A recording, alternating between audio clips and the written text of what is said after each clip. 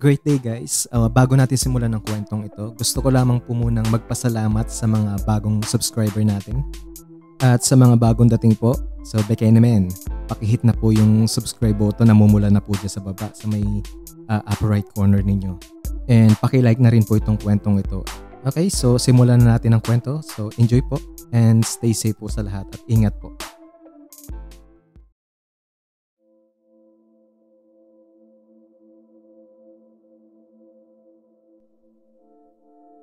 Maganda, mabait, at talagang kahumahumaling si Christine. Kaya hindi maiwasang pilahan ito ng kalalakihan. Si Francis ang una nitong naging nobyo. May kaya at guwapo si Francis, pero hindi nagtagal ang kanilang relasyon. Napagtripan si Francis ng hindi pa nakikilalang lalaki at pinagbubugbog sa bakanting lote malapit sa tinitirhan nitong naging sanhi ng kanyang kamatayan.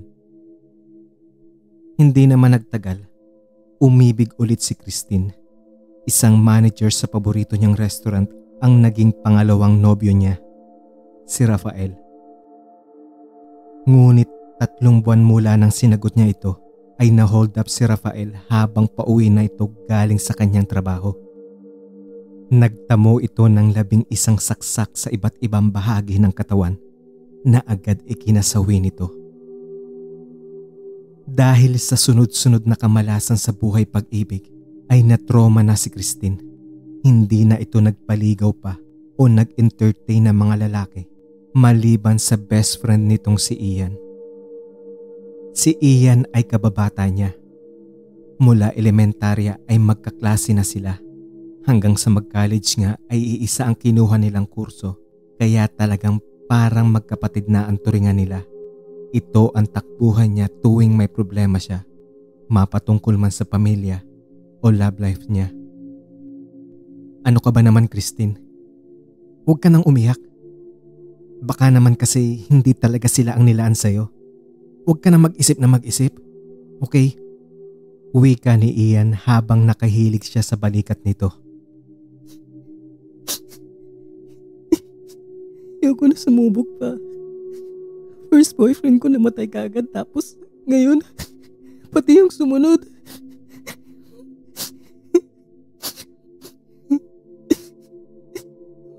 May sumpa yata ako iyan eh. At humaguluhol na si Christine. Patuloy sa pagpapatahan si Ian sa kaibigan. Nalulungkot itong makita ang babae na umiiyak ng ganoon. Nagdaan ng ilang buwan at hindi na muli nag-boyfriend si Christine.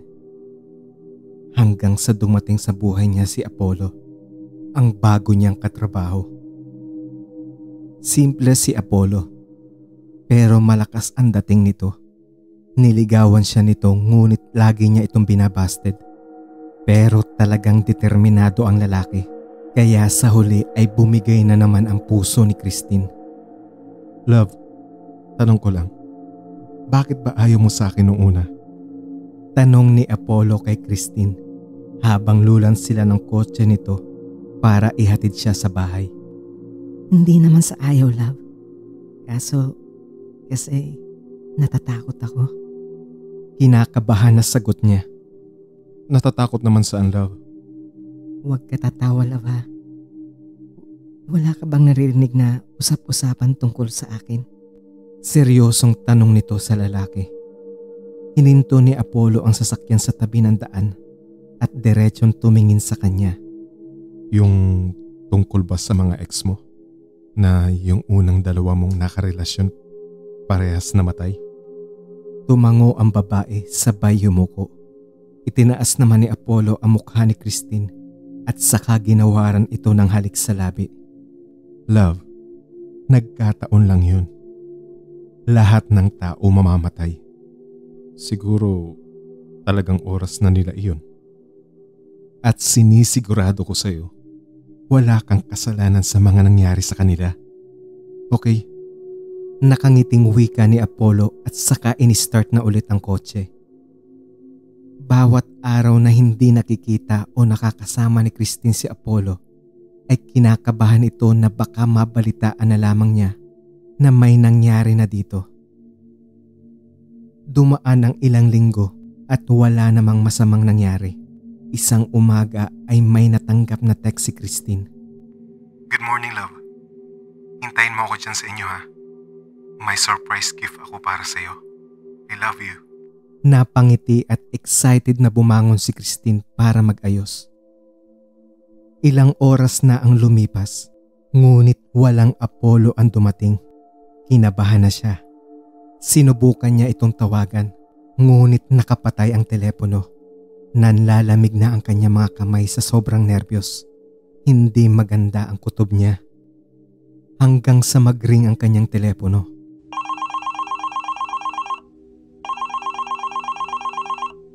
Numero iyon ni Apollo, kaya dali-dali niya itong sinagot. Babae ang nasa kabilang linya. Umiiyak ito at kilala niya kung sino ang nagmamay-ari ng boses na iyon. Nakumpirma nga niya na ang mama ito ni Apollo nang magsalita na ito. Wala na daw si Apollo. Nanginginig na ibinaba ni Christine ang telepono. Nagkatotoo ang kutob niya. Ayon sa mama nito ay na-hit and run daw ang anak niya pagkalabas nito sa isang jewelry shop. Isang kagamitan ang na-recover sa crime scene. Isa na doon ang takip ng isang maliit na jewelry box, ngunit wala na ang tinatakpan nito. Halos ma-depress na si Christine. Nangyari na naman ang kanyang kinatatakutan. Namatay na naman ang lalaking mahal niya. Ilang araw na nagkulong si Christine sa kanyang kwarto nang mailibing si Apollo. Hindi na din ito pumasok pa sa trabaho at sa bahay na lang nagmukmok. Isang umaga ay naalimpungatan si Christine sa mga katok mula sa kanyang pinto.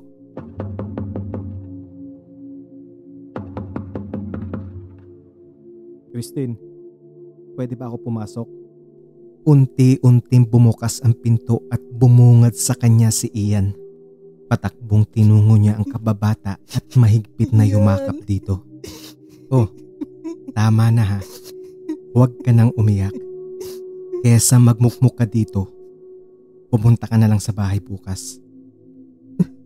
Bukas? Bakit? Nangingilid pa rin ang luha ni Christine. Aba, tingnan mo to. Kinalimutan ng birthday ko. Nakakatampo naman. Kunwari ay pagalit na sagot ng kababata. Oo nga pala. Sorry. Sige, para makabawi, pupunta ako. Kinabukasan ay maagang tinungo ni Christine ang bahay ng matalik nitong kaibigan. Good morning po, tita. Bati ni Christine sa babaeng abalang-abala sa paghahain. Oh, Christine, nandyan ka na pala. Halika, pasok. Lumabas lang saglit si Ian at kukunin yung order na cake. Hintayin mo na lang siya dito sa salas, ha? Anyaya ng ina ni Ian. Ganun po ba? Tita, lobat na po ako. Baka po pwedeng makahiram ng charger. Nako, patingin nga ng telepono mo. Iniabot naman ni Christine ang cellphone nito. Natatawang nagwika ulit ang ginang. Nako, iha. Wala akong saksakan para dyan. Alam mo namang sinauna tong telepono ko. Pero si Ian sigurado meron yun. Hanapin mo na lang doon sa kwarto niya at hindi ko alam yung mga ganyan. Tumango na lamang si Christine at pinuntahan na ang kwarto ni Ian. Binuksan niya ang aparador at mga sulong nito. Makailang saglit ay tahimik siyang lumabas ng kwarto. Hawak-hawak ang charger. Pagkaupo niya ay siya namang dating ni Ian na bitbit ang isang chocolate cake. Oh Christine, kanina ka pa? Hindi naman. Mga 20 minutes pa lang. Tumayo ito at tinulungan si Ian na dalhin ang cake sa lamesa. Inabot ng gabi ang pagdiriwang sa kaarawan ni Ian. Mag-aalas 7 na nang magpaalam si Christine para umuwi. Nagpresenta naman si Ian na ihahatid na ito.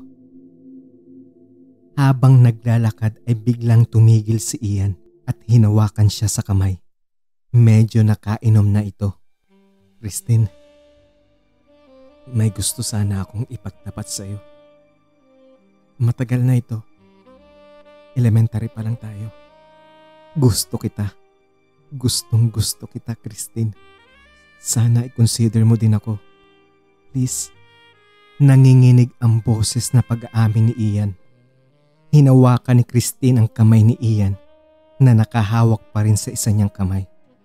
Sigurado ka ba? Di ka ba natatakot na baka pati ikaw madamay sa kamalasan ko sa pag-ibig? Hindi. Hindi, Christine. Hayaan mo lang ako na mahalin ka. Please, Christine. Give me a chance. Nilapitan siya ni Christine at hinalikan. Mula noon ay opisyal na naging magkarelasyon ang dalawa.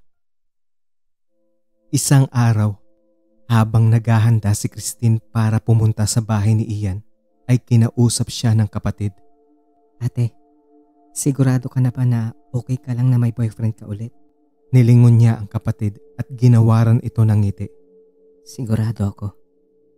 Sa pagkakataong ito, mawawala na ang kamalasan ko sa pag-ibig. Huwag kang mag-alala. At tuluyan na itong umalis. Oh babe, bakit di ka nagpasundo? Gulat na wika ni Ian nang bumungad sa kanya ang nobya. Nako babe, ang lapit na mga bahay natin at tirik na tirik ang araw. Di ko na kailangan magpasundo. Masyado mo naman akong binibaby eh. At hinalikan nito sa pisngi ang nobyo. At saka, gusto din kitang i-surprise at samahan. Kasi alam ko na wala si tita at umuwi sa probinsya. Kaya heto, may dala ako mga DVD. Mag-movie marathon tayo. Ang sweet naman ng babe ko. Sige, upo ka lang muna dyan at magluluto ako ng pwede nating meriendahin habang nanonood. Umupo si Christine at kinuha ang cellphone nito sa bag para mag-YouTube. Ilang minuto pa ay bumalik na si Ian. Oh, eto na babe. Hot and spicy pancit canton. Your favorite. Ingat lang at mainit pa yan. Abot ni Ian sa plato. Thanks babe. Babe, may napanood ako dito. May bagong challenge sa YouTube. Sabay abot nito sa kanyang cellphone. Anong challenge naman yan? Trust challenge? Haba, bago to ah. Gawin natin babe. Para ma-challenge yung trust natin. Anyaya ni Christine. Nako babe, di na natin kailangan yan. Kasi may tiwala naman tayo sa isa't isa, di ba? Pagtanggi ni Ian. Takot ka lang yata eh. O baka wala kang tiwala sa akin. Sige, ganito na lang. Ako mauuna. Mag-isip ka ng pwede mong ipagawa sa akin. Kahit ano. Di ako magdadalawang isip na gawin yun para patunayan sa'yo na buo ang tiwala ko sa'yo. May pagtatampo sa tono ng babae. Niyakap ni Ian si Christine. Hindi na kailangan. Pero kung gusto mo talagang gawin ang challenge, ako ang subukan mo. Sigurado ka?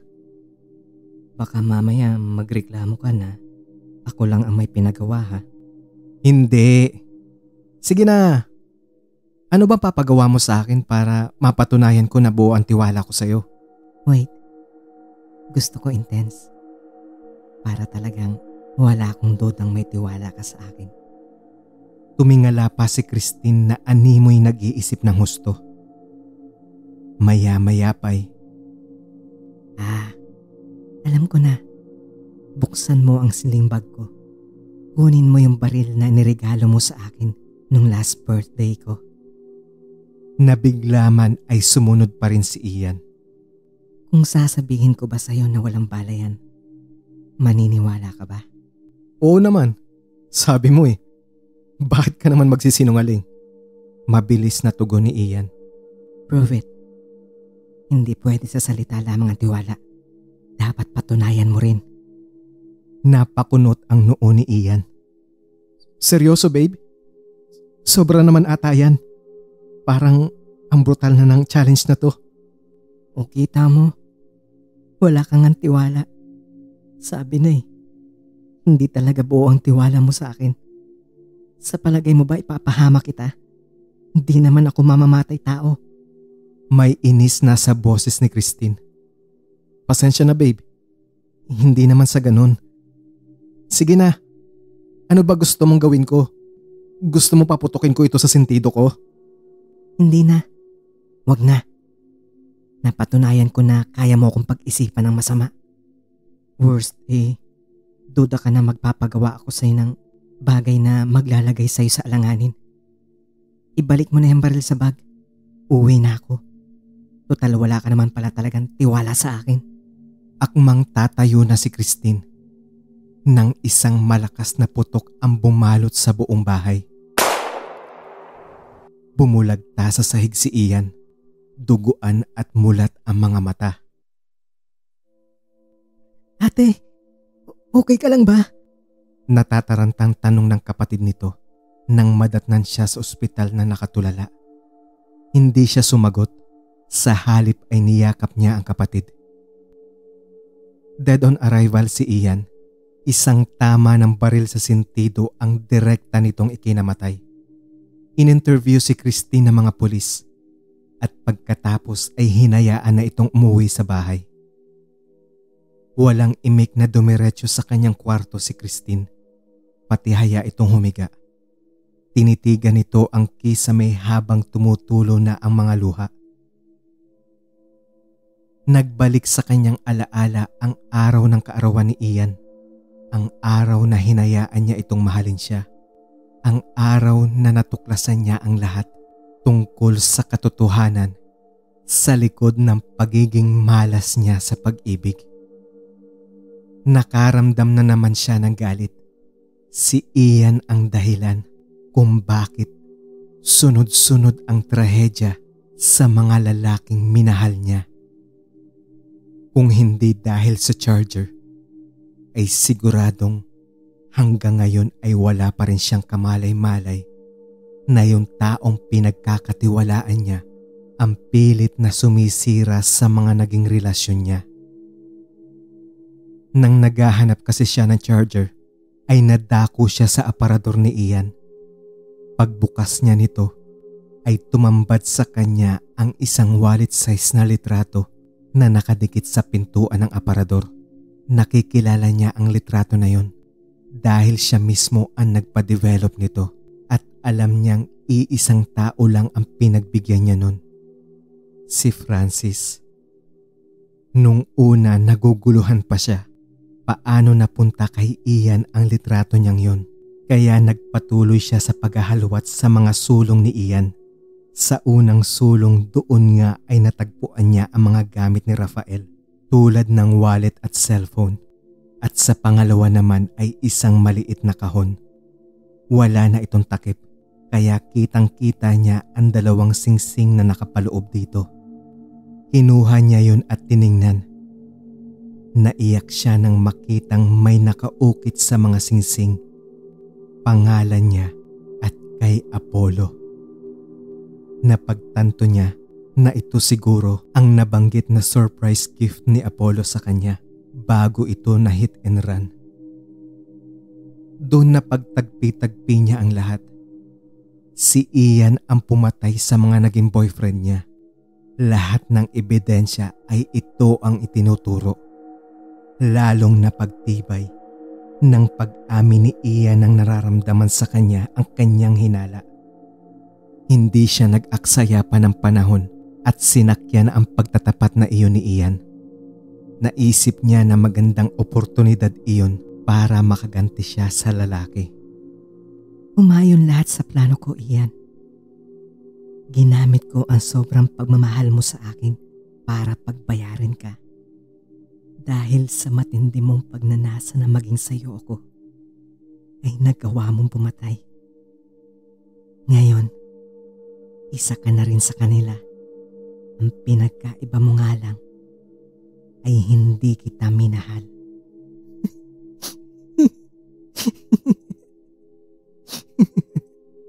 Iyak tawa nitong bulong sa sarili. Suicide ang lumabas sa investigasyon ng mga pulis na dahilan ng pagkamatay ni Ian. Sinabi kasi ni Christine na nag-away sila at bigla na lang nitong kinuha ang baril sa bag niya. Sinabi pa niya sa mga ito na aware si Ian na palagi niya itong dala dahil ang lalaki mismo ang nagregalo dito for self-defense. Rehistrado ang baril kaya walang naging pagdududa sa kanya. Kaya absuelto si Christine sa krimen na siya mismo ang nagplano. Kinuha ni Christine ang cellphone niya sa bulsa ng suot niyang pantalon. Pinatugtog niya ang nag-iisang kanta na meron siya, ang paboritong kanta ni Ian na siya mismo ang nag-save sa cellphone niya. Matapos noon ay nakangiti siyang pumikit habang patuloy sa pagtugtog ang kantang Too Much Love Will Kill You ni Jovit Baldivino.